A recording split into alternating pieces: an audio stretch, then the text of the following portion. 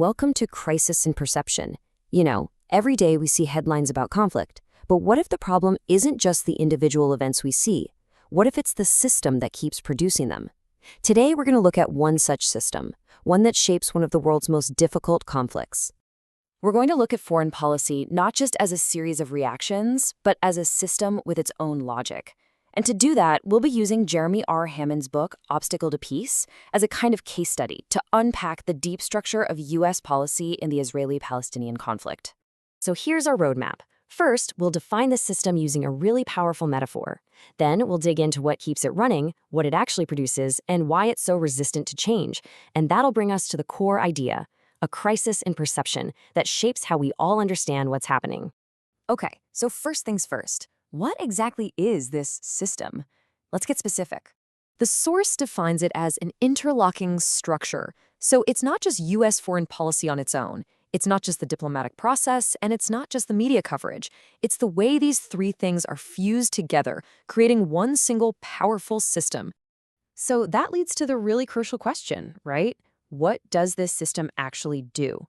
How does it operate to keep itself going? And here is the central metaphor from the analysis. Think of the system like a thermostat that's been locked at one specific temperature. So when things heat up, a war, a UN resolution, a huge public outcry, the system's job isn't to fix the problem. Its only job is to kick on and bring everything right back to that preset temperature.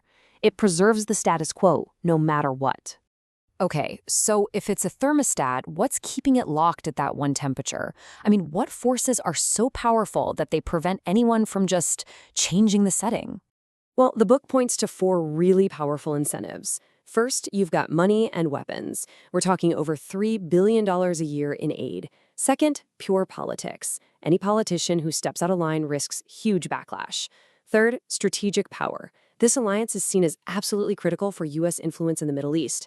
And finally, a diplomatic shield, consistently using the UN veto to block international accountability. You put those four together, and that thermostat is locked down tight.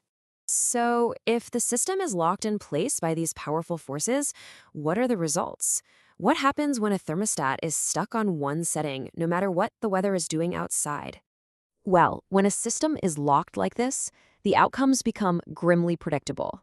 Instead of getting peace, you get repeating cycles of violence.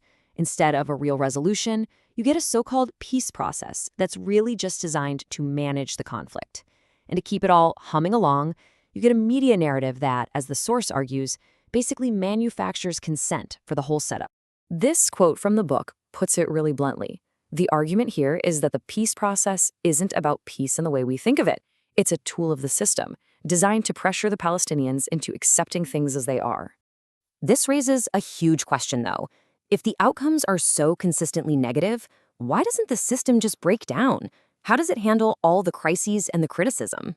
This is what makes the system so resilient. It just absorbs the shocks. It does this by making small, tactical shifts. A president might give a big speech that sounds like a major change in policy. The media might report it as a huge breakthrough. But the core strategic policy, that thermostat's core temperature, it never actually moves. You get the illusion of change without any of the reality. And this brings us to the real climax of the analysis, which is all about how we see, or more importantly, how we fail to see this entire dynamic at play.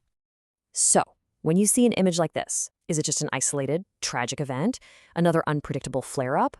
Or is it what this analysis suggests, the predictable, almost inevitable output of a system that's functioning exactly as it was designed to?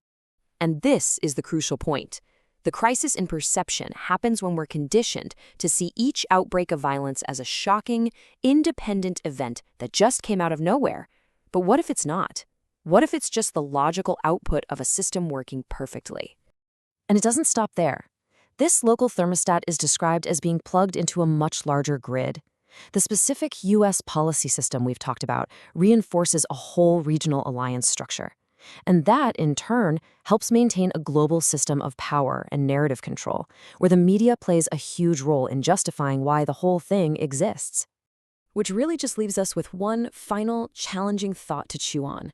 If this structural analysis is right, if the system truly is a thermostat locked in place, then can we ever really expect a different result without first changing the system itself? Crisis in Perception examines how systems shape belief and how better tools help us see clearly. This project is free and publicly accessible. If you'd like to support the time, tools, and research behind Crisis in Perception, you can become a supporter on Patreon. For a longer audio-based analysis of this topic, see the deep dive linked in the description. If you enjoy this kind of systems-level analysis, please like, subscribe, and comment with books or topics you'd like us to explore next.